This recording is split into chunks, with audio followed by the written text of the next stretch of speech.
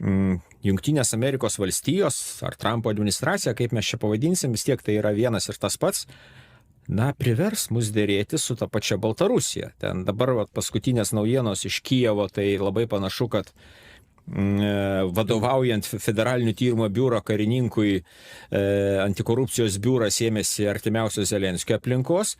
Ir štai, sakykim, kaip keitėsi mūsų prezidento pozicija. Dar pirmadienį, cituoju, tęsiantis įtampai tarp Vilniaus ir Minsko dėl uždarytų pasienio punktų, prezidentas Gitanas Nausėda sako, kad Lietuvos pozicija turi išlikti tvirta, o skambučiai Baltarusijos vadovo Aleksandrui Lukašenkai neduotų jokių rezultatų. Citatos pabaiga. Ir trečiadienį, tai yra vakar, praėjus parai arba 2 dienom, ir labai panašu, kad po aiškaus ir nedviprasmiško signalo iš Jungtinių valstijų, prezidentas Gitanas Nausėda sako ką?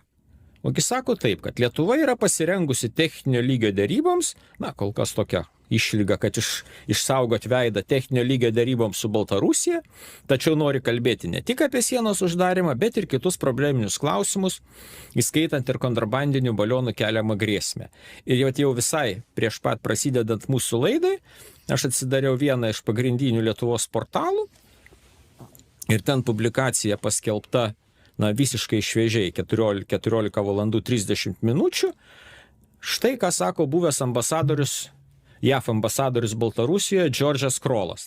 Panašios pavardės, Kaulas, Krolas.